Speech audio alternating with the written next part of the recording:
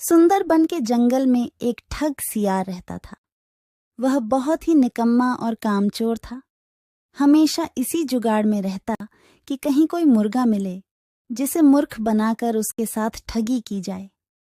एक दिन अरे बंदर भाई, कल रात में मैंने आपको सपने में देखा। अरे रहने दे सियार, तू अपना सपना अपने पास रख और मुझे जाने दे। ऐसा बोलकर बंदर चला गया। धीरे धीरे सारे जानवर सियार की हरकत को जान चुके थे, इसलिए कोई भी जानवर उसकी बातों में नहीं आता था। अब सियार समझ चुका था कि इस जंगल में उसकी दाल नहीं गलने वाली, इसीलिए वह दूसरे जंगल जाने का निश्चय किया और अगले दिन सियार अपने जंगल को छोड़कर दूसरे जंगल की तरफ निकल पड़ा। दूसरी जंगल में पहुंचते ही दिन भर जंगल का जायजा लिया और शाम होते ही एक गधे को देख उसके पास गया और रुककर बोला, गधे भाई, मैं इस जंगल में नया आया हूँ और शाम भी ढल चुकी है। क्या मुझे एक रात रुकने के लिए आपके पास शरण दे सकते हो? हाँ हाँ, क्यों नहीं। अभी तो तुम इस जंगल में नए हो और हमारे लिए मेहमान हो, और मेहमान तो भगवान के समान होते हैं। ऐसे कहते हुए गधे ने सियार को अपने पास रोक लिया और उसे सम्मान के साथ भोजन कराया।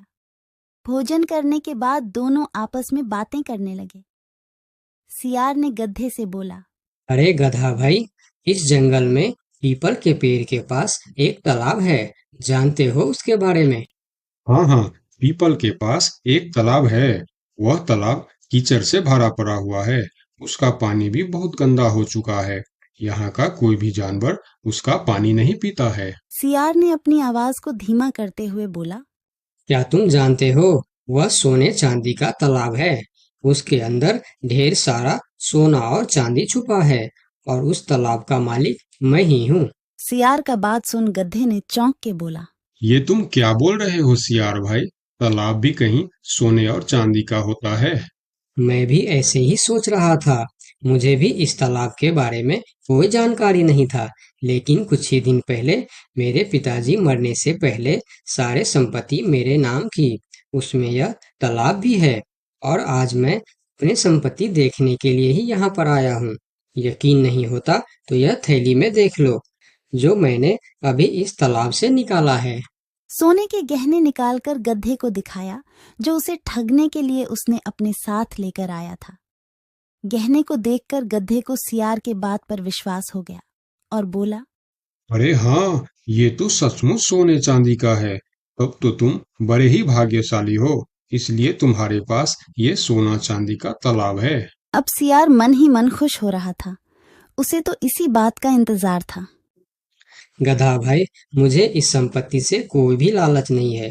मेरे पास मेरे जंगल में और बहुत सारे संपत्ति है, जो मेरे पिताजी ने मेरे लिए छोड़कर गए हैं। मैं तो यहाँ तालाब बेचने के लिए आया था। सोचता हूँ तुम भले जानवर दिखते हो, क्यों ना तुमको ही यह सब बेच दूं। मुझे, यानी यह सोने का तालाब मेरा हो जाएगा और मैं इस तालाब का मालिक बन जाऊंगा। बेचारा भोला भाला गदहा सियार की चिकनी चुपड़ी बातों में बहुत आसानी से आ गया और गधा सियार से सोने का तालाब खरीदने को तैयार हो गया। दोनों के बीच 4 सिक्कों का सौदा तय हुआ।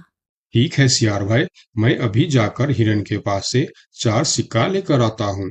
मेरे पास अपना घर न होने के कारण मैं अपनी सारी कमाई हिरन के पास ही रखता हूँ, और जब भी मुझे जरूरत पड़ता है मैं उससे ले लेता हूँ। ठीक है गधे भाई, लेकिन ध्यान से, जंगल में किसी को इस बात का पता नहीं चलना चाहिए, वरना जंगल के सारे जानवर मेरे पीछे ही पड़ जाएंगे। ऐसा बोल सियार गधे को भेज देता है और गधा हिरण के पास जाकर अपना सिक्का मांगता है। गधे भाई, घर में सब ठीक तो है ना? आज आपको अचानक से 4 सिक्कों का क्या जरूरत पड़ गया? अरे, वह अपने जंगल में जो तालाब है ना, मैं उसे खरीद रहा हूँ। तालाब खरीद रहे हो? क्या करोगे तुम तालाब खरीद के? तालाब का तो पता नहीं, लेकिन उसमें जितना सोना चांदी है वह सब मेरा हो जाएगा। तालाब में सोना? ये तुम क्या बोल रहे हो भाई? मुझे तो कुछ भी समझ में नहीं आ रहा है। मुझे डर है कि तुम कहीं कोई परेशानी में ना आ जाओ। देखो, तुम मुझसे कुछ भी मत छुपाओ। क्या बात है? साफ साफ बताओ मुझे। हमारे जंगल में एक बहुत ही अमीर सियार आया है। ढेर सारी संपत्ति है उसके पास। और तो और हमारे जंगल में जो तालाब है ना, जिसे हम लोग गंदा नाली समझकर उसका पानी भी नहीं पीते हैं, उस तालाब में ढेर सारा सोना और चांदी है। उसने तो मुझे उस तालाब से सोने का गहना भी निकाल कर दिखाया है। उसी तालाब को मैं खरीद रहा हूँ। हम दोनों के बीच 4 सिक्कों का सौदा हुआ है। मुझे तो वह सियार मूर्ख ही मालूम पड़ता है, जो इतने सस्ते में सोने का तालाब बेच रहा है। मूर्ख वो नहीं, मूर्ख तुम हो। भला तालाब भी कोई सोने चांदी का होता है? अरे गधा भाई, तालाब से पानी निकलता है, सोना नहीं। मैं भी ऐसे ही सोच रहा था, परंतु उसने मुझे सोने निकाल कर भी दिखाया। गधे भाई, मुझे वह कोई ठग मालूम पड़ रहा है, जो तुम्हारे आंखों में धूल झोंक कर तुम्हें झांसा दे रहा है। मैं एक तरकीब बताता हूँ, जिसे दूध का दूध और पानी का पानी हो जाएगा। कौन सा तरकीब हिरन भाई? तुम ऐसा करो, उस सियार से बोलो कि मेरा हिरन भाई ने कहा है कि लिखा पढ़ी होगा तभी मैं उसे 4 सिक्का दूंगा, और अगर बिना लिखा पढ़ी से ही काम हो जाता है तो मैं सिर्फ एक ही सिक्का दूंगा। अगर वह तालाब सच में सोने की है तो वह लिखा पढ़ी जरूर करेगा, नहीं तो वह एक सिक्के में ही मान जाएगा। हिरण की बात सुनकर गदहा हाँ में सिर हिलाया और सिक्का लेकर सियार के पास पहुंचता। सियार भी गधे के आने के इंतजार में उतावला हो रहा था।